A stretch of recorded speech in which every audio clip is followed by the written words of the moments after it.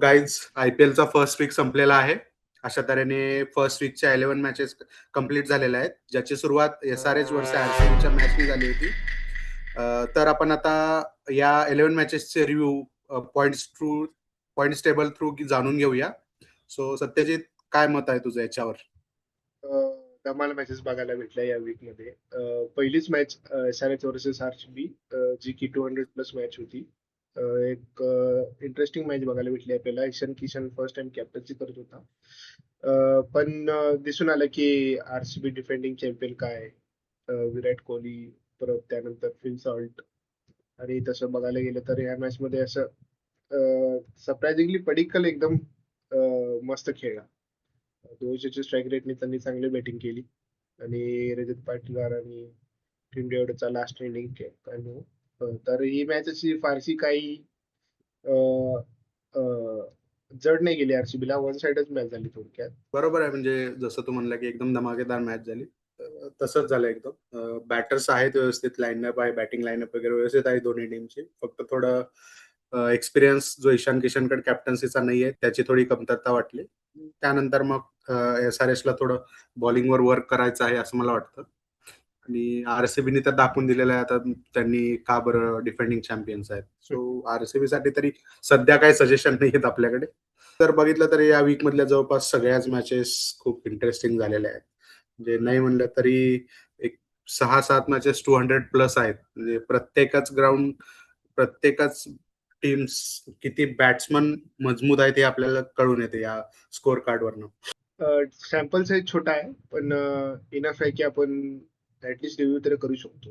जसं की second match बघायला गेलं तर KKR वर्सेस जी वानखेडेमध्ये झाली होती. KKR ने चांगली सुरुवात केलेली होती या मॅच मध्ये. बघायला अजिंक्य रहाणेने चांगली एकदम मजबूत बॅटिंग केली होती.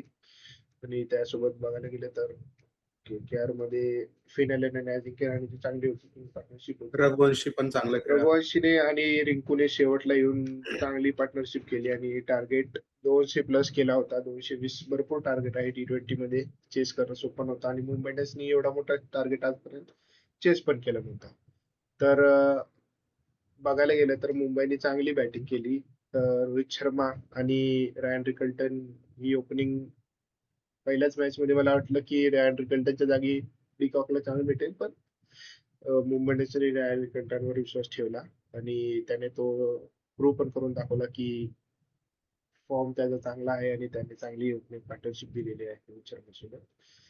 मुंबई जेव्हा बॅटिंग करत होती, जेव्हा रोहित शर्मा आणि रायन रिकल्टन बॅटिंग करत होते, मॅच प्युअर वन साइड झालेली होती. दोघांची 150+ ची पार्टनरशिप होती आणि वाटत होतं की टार्गेट मुंबई चेस करेल आणि जसं झालं, पण मुंबईने टार्गेट चेस पण केला.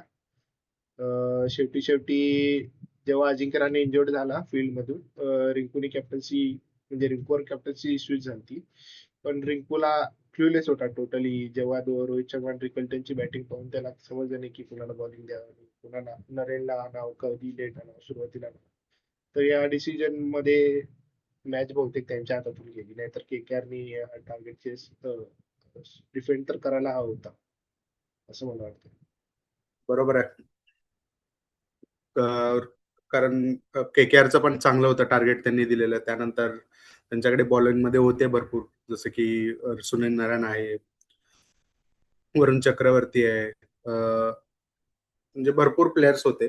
थोडी बॉलिंग मध्ये कुणाला कधी ओव्हर द्यायची याच्यावर थोडं रिंकूचं कन्फ्युजन झालं असेल. आता ते त्या टाइमच्या त्याच्या डोक्यात काय चालू ते आपण नाही सांगू शकत. त्यामुळं आपण असं म्हणू शकतो की मुंबईची बॅटिंग थोडी जास्त भारी झाली, त्यामुळं ती मॅच मुंबई जिंकली.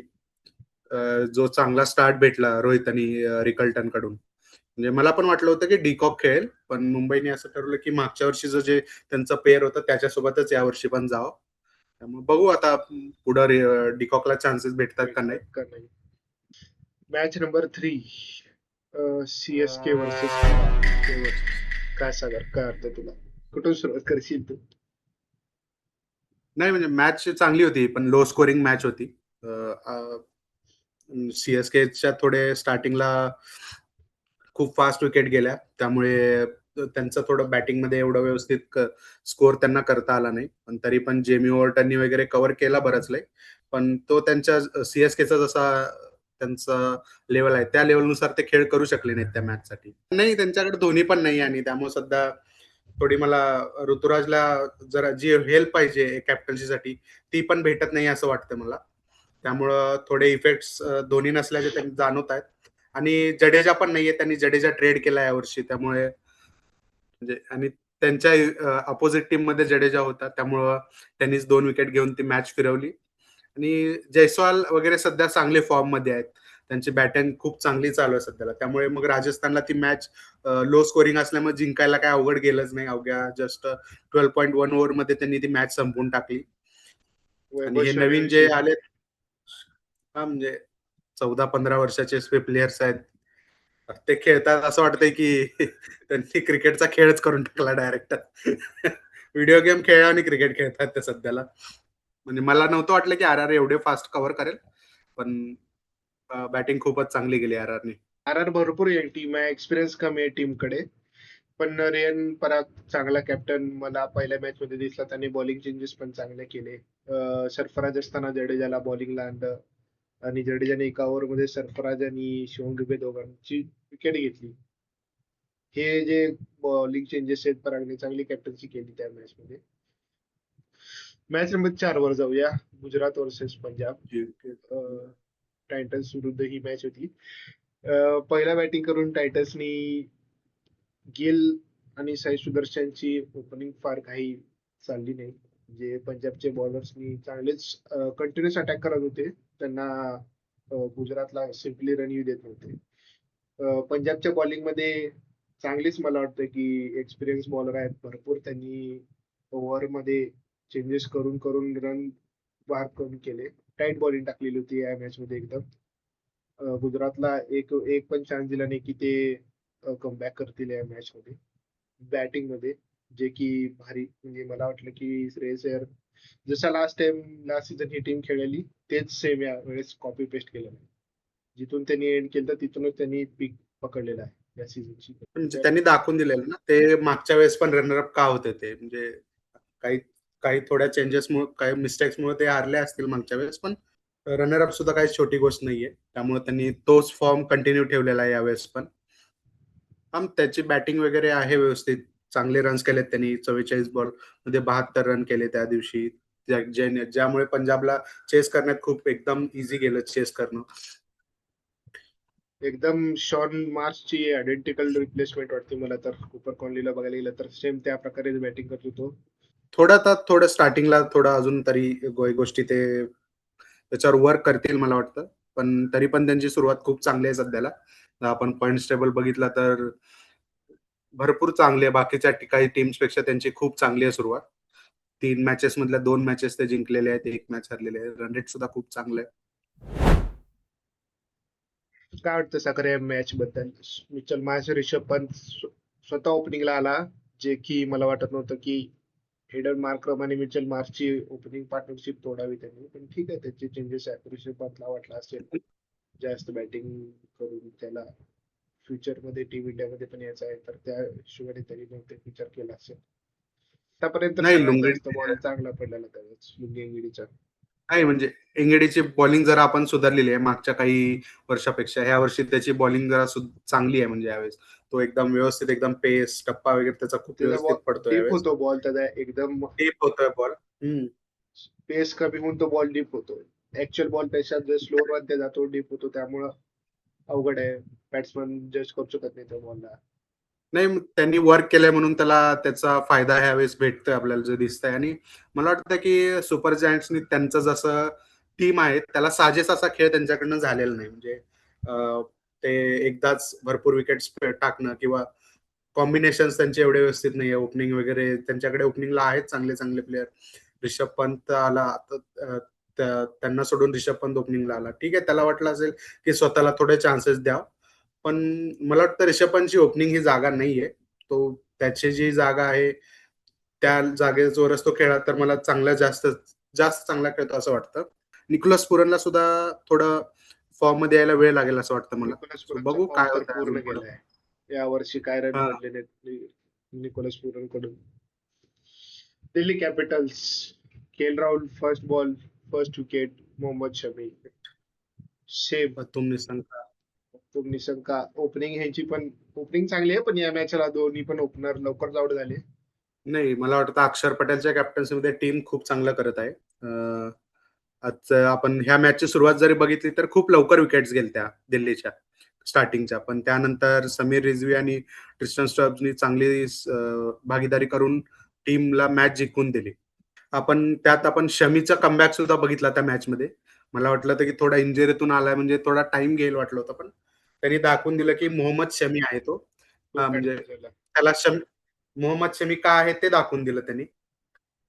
SRH versus KKR cricket match. चांगली ओपनिंग पार्टनरशिप या मॅच मध्ये बघायला गेलं तर सनरायझर्स होम ग्राउंड मध्ये खेळत होती आणि ट्रॅव्हिस हेड आणि अभिषेक शर्मा यांनी चांगली ओपनिंग पार्टनरशिप दिली. दोघांनी पण ताबडतोब 46 आणि 48 200च्या स्ट्राईक रेटने दोघांनी पण बॅटिंग केली. आणि त्यानंतर following that Ishan Kishan entry classes चांगली बॅटिंग करून टार्गेट 200 पर्यंत क्रॉस केला.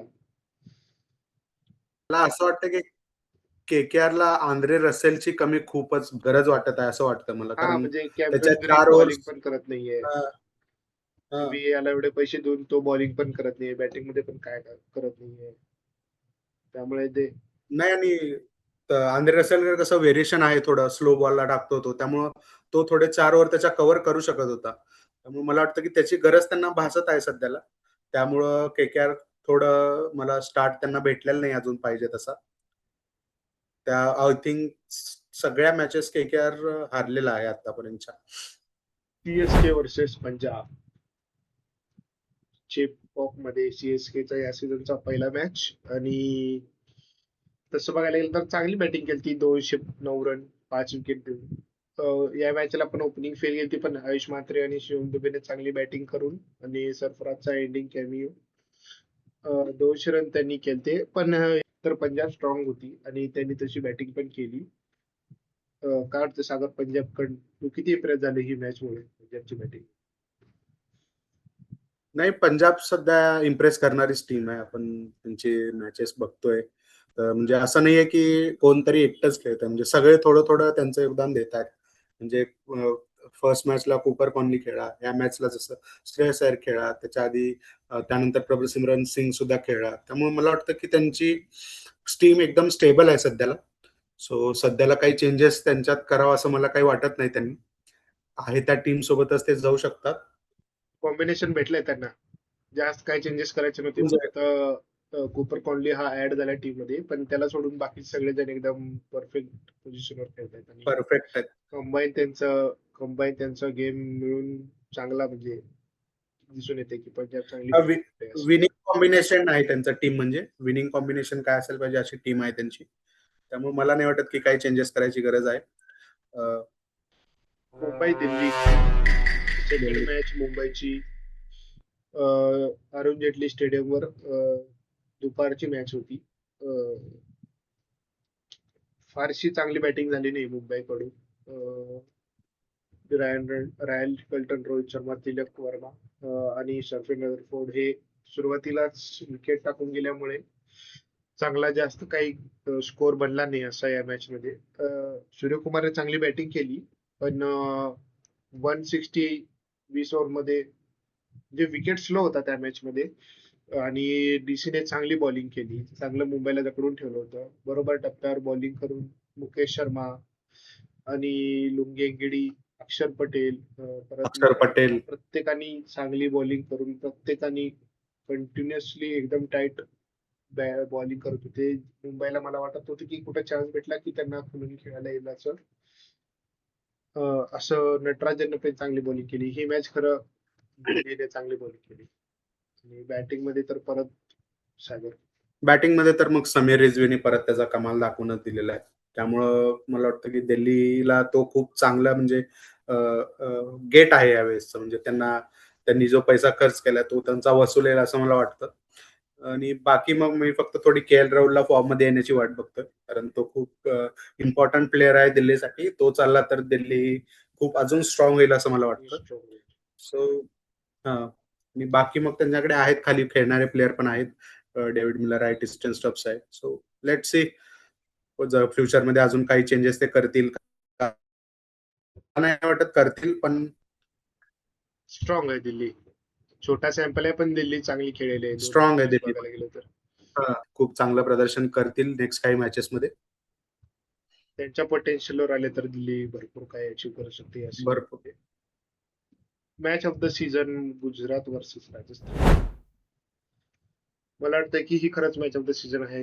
जेवढ्या मॅचेस आतापर्यंत झालेत त्यामध्ये राजस्थान रॉयल्स आणि गुजरात दोन्ही पण यंग टीम आहे. दोघांकडे पण फ्युचर लीडर्स आहे. आणि बघायला गेलं तर हा एक परफेक्ट हेड टू हेड आहे माझ्या मते. चांगली बॅटिंग केली राजस्थानने. 20 ओव्हरमध्ये 210, ज्यामध्ये चांगली ओपनिंग वैभव सूर्यवंशी आणि जयस्वाल दोघं पण यावेळेस लास्ट टाइम जसे अभिषेक शर्मा आणि आपला काय ट्रेव्हिस हेड होता ना, ट्रॅव्हिस हेड, तसं यावेळेस वैभव सूर्यवंशी आणि यशस्वी जयस्वाल मला यशस्वी जायस्वाल. दोन दानव आहेत हे राजस्थानचे. हे नी कुठल्या टीम मला कधी संपवून टाकतील काय सांगताय. आणि मला वाटतं जयस्वालला थोडी त्याला टीम इंडियामध्ये सिलेक्ट न होण्याची सल जाणवत आहे. तो दाखवून देतोय की तुम्ही मला सिलेक्ट न करून चूक करत आहात. मला असं वाटतं. त्यामुळं त्यांनी ते डोक्यात ठेवलंय की नाही, मला टीम इंडियामध्ये खेळायलाच पाहिजे. त्यामुळे मला वाटतं तो जरा खूप चांगला परफॉर्म करतो यावेळेस. आणि ध्रुव जुरेल आणि त्यानंतर रियान पराग, सिमरन हेटमायर सगळ्यांनी मिळून थोडे थोडे रन जोडून 210 रन केले, जे की मला वाटतंय चांगले स्कोर होता. गुजरातची बॅटिंग पाहता जे की त्यांचे ओपनर्स आहेत आणि जॉर्ज बटलर, ग्लेन फिलिप सारखे प्लेयर त्यांच्याकडे आहेत. बघायला गेलं तर चांगली मॅच झाली, पण तशी सुरुवात पण चांगली झाली. पण या मॅच मध्ये ऍक्च्युली शुभमन गिल नव्हता आणि राशिद खान या मॅचचा कॅप्टन होता गुजरात कडून. नाही म्हणजे ह्या मॅचमध्ये असं निगेटिव्ह पॉइंट्स काय नाहीयेत. दोन्ही टीमने खूप व्यवस्थित बॅटिंग केलेली आहे. म्हणजे आपण बटलरचं सुद्धा बघितलं तर 14 बॉल 26 चांगले 185 स्ट्राईक रेटनी तो येऊन बॅटिंग करून गेला. 200चं टार्गेट आहे म्हणल्यावर त्या स्पीडने बॅटिंग करणं गरजेचंच आहे. फक्त मला वाटतं की थोडं अजून एफर्ट्स त्यांनी टाकायला पाहिजे होतं. असं नाही की ते खूप कमी रनाने हारलेत, फक्त 6 रनांनी हारलेत. 210 म्हणजे काही एवढं हार्ड नव्हतं, पण निगेटिव्ह मला तर जास्त काही दिसत नाहीत. दोन्ही टीमची बॅटिंग व्यवस्थित झाली. बॉलिंग पण पिच नुसारच झालेली होती. तुषार सो देशपांडेची लास्ट आपण ओव्हर जे त्यांनी हां, म्हणजे कंटिन्युअस यॉर्कर टाकले, यार्कले टाकले. ती त्यामुळे ही जस्ट मॅच ती ओव्हर फक्त राजस्थान 11 रन जिंकलंय. फक्त 11 रन पाहिजे होते लास्ट ओव्हर मध्ये. हं. रियान पराग चांगला कॅप्टन्सी करत आहे. त्यांनी खरंच ह्या मॅच मध्ये लास्ट ओव्हर तुषार देशपांडेला दिली, कारण की त्यांना माहित होतं की कंटिन्युअसली तो वाईड यॉर्कर टाकतो. त्याची पेस पण चांगली आहे. नाही म्हणजे ही खूप चांगली गोष्ट आहे, की बट काही डेथ ओव्हर्समध्ये Indian captain Indian bowlers prefer करतात ना, ही खूप चांगली गोष्ट आहे. जेणेकरून ओव्हरसीज बॉलरकडे जाण्यापेक्षा आपण स्वतःचेच local Indian death domestic bowlers प्लेयर्सवर हां, इंडियन डोमेस्टिकवर थोडा विश्वास दाखवू, हे जी गोष्ट करतात काही कॅप्टन्स, ती खूप चांगली गोष्ट आहे माझ्या मते. आणि त्याचा रिझल्ट आपल्याला राजस्थानमधला भेटलेला आहे. So Hyderabad versus Lucknow. मोहम्मद शमी, जसं तू म्हणला की मोहम्मद शमी चांगल्या फॉर्म मध्ये या सीझन मध्ये, आणि त्याने एवढी चांगली बॉलिंग केली या मॅच मध्ये. 4 ओव्हर मध्ये फक्त त्यांनी 9 रन देऊन 2 विकेट घेतले. ट्रॅव्हिस हेड आणि अभिषेक शर्मा दोन्ही पण ओपनर, मोहम्मद शमीने विकेट घेतले. तिथून ही मॅच 26 वर का 25 वर 4 विकेट होते आय गेस. आणि त्यानंतर अँड्रे क्लासेन आणि नितीश कुमार रेड्डी पण या सीझन मध्ये चांगला खेळतोय. त्याने 2 मॅच मध्ये 39 रन आणि 1 विकेट, आणि या मॅच मध्ये पण 50 मारलेले आहे. तर नितीश कुमार चांगलाच ऑलराऊंडर म्हणून हैदराबाद साठी चांगला खेळत आहे या सीझनला. सागर काय वाटतं तुला? नाही मला वाटतं की SRHचं जसं त्यांनी केलेली छाप आहे की विध्वंसक बल्लेबाजी, हम्म. तसं त्यांना ते परफॉर्म करता आलेलं नाहीये या सीझनला मेंटेन एवढं होत व्यवस्थित. नाहीये. म्हणजे मेंटेन होत नाहीये. प्रत्येक मॅचला ते काही एवढं व्यवस्थित म्हणजे होम ग्राउंडला अभिषेक शर्मा आणि ट्रॅव्हिस हेड यांनी केली याच्या आधीच्या मॅचला चांगली बॅटिंग, पण इथे त्यांना ती जमली नाही. सो आवेश खान, मोहम्मद शमी, प्रिन्स यादव या तिघांनी पण चांगली बॉलिंग केली होती. तिघं पण ऑन पॉइंट बॉलिंग करत होते. आणि या मॅच मध्ये आपण बघितलंच की त्यांनी एसआरएचच्या बॅटिंग लाईनच्या पूर्णपणे विध्वंस करून टाकलेला होता. म्हणजे पूर्ण बॉलर्सच्या हातात होती ही मॅच असं म्हणू शकतो आपण. बॅटिंग पण आहे, पण स्कोअर खूप कमी झाल्यामुळं एलएसजीची बॅटिंग सुद्धा व्यवस्थित झाली आणि त्यांनी मॅच जिंकली ती. मला आपल्याला जसं वाटलं की रिषभ पंतनी थोडं खालीच यावं, जे की त्याला त्याची ती पोझिशन व्यवस्थित आहे, 1 डाउन, 2 डाउन. तो तिथे परफॉर्म करू शकतो. ओपनिंग हे त्याची जागा नाहीये. सो त्यांनी ह्या मॅचमध्ये ते केलं आणि त्याला त्याचे रिझल्ट भेटलेले आहेत. नाही, लो स्कोरिंग मॅचेस सुद्धा थोड्या व्हायला पाहिजेत. प्रत्येकच मॅच 200 प्लस एवढी मजा नाही येत. लो स्कोरिंग मॅचेसला सुद्धा खूप मजा येते. त्यामुळं मला वाटतं की थोडे बॉलिंग, जसं की लखनौचं बॉलिंग पिच आहे, तसं ते थोडे अजून पिचवर वर्क करण्याची गरज आहे. पूर्ण बॅटिंग साईडला एक हाती हे सत्ता देणं थोडं चुकीचं जातं मला वाटलं. आरसीबी वर्सेस सीएसके, एपिक संडेची एपिक मॅच. सगळ्यांचंच या मॅच मध्ये लक्ष होतं आणि तशी मॅच ही झाली पण. आरसीबीने ज्या प्रकारे बॅटिंग केली, विराट कोहलीची कॅच शिवम दुबेने 7 राऊंड असताना सोडलेली होती आणि तिथून विराट कोहलीने असं काही फारसा इम्पॅक्ट पडला नाही, 28 रनच केले. पण असं मला वाटतं की सीएसकेचं या मॅच मध्ये खरंच बॅड लक होतं. सीएसकेला सुरुवातीला कंटिन्युअसली चान्स भेटत होते, कंटिन्युअसली त्यांना आशा भेटत होती की आता विकेट मिळेल, आता विकेट मिळेल, आणि तसं झालं पण. विकेट मिळाला पण तोपर्यंत मला वाटतं की फिल सॉल्ट, जगत पडिक्कल आणि रजत पाटीदार, टीम डेव्हिडने तर बुकरा केला फार. नो बॉलवर जो विकेट त्याचा पडला त्यानंतर तर त्याने मॅचच पळवून टाकली. जिथे मला वाटत होतं की 200 ते 210 रन होतील, तिथं टीम डेव्हिडने डायरेक्ट 250चा स्कोर करून टाकला मॅच मध्ये. काय वाटतं सागर? मला वाटतं थोडं अंशुल कंबोजचं अग्रेशन थोडं जास्त झालं असं वाटलं मला त्या विकेट नंतर. त्याचा तो इफेक्ट होता असं मला वाटलं. आयुष्यात कंपोज पल में आशा पल में निराशा झाला बिचाराचं मॅच मध्ये. बेकार बॅटिंग बघायला भेटली टीम डेव्हिड.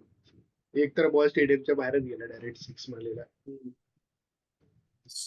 काही नव्हतंच, म्हणजे आता एवढी चांगली बॅटिंग यांनी स्कोअर केलेलं आहे, 250 रन, त्यात 250चा आधीच प्रेशर, आणि त्यात सध्याला आणि प्रेशर घेतला पण सीएसकेने. तसं बघायला गेलं तर सीएसकेने पहिले प्रेशर 3 घेतला विकेट पण. झटकी गेले, पहिले 4 विकेट पडलेले लवकरच.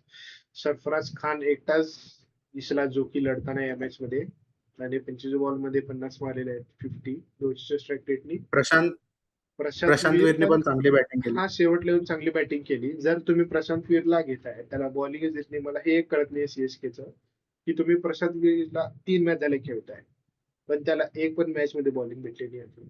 ऋतुराज गायकवाडनी त्यावर लक्ष दिलं पाहिजे. जर तुम्ही त्याला जड्डूची रिप्लेसमेंट म्हणून घेतलेलं आहे, तर तुम्ही ऍटलीस्ट त्याच्या बॉलिंगवर विश्वास ठेवायला पाहिजे.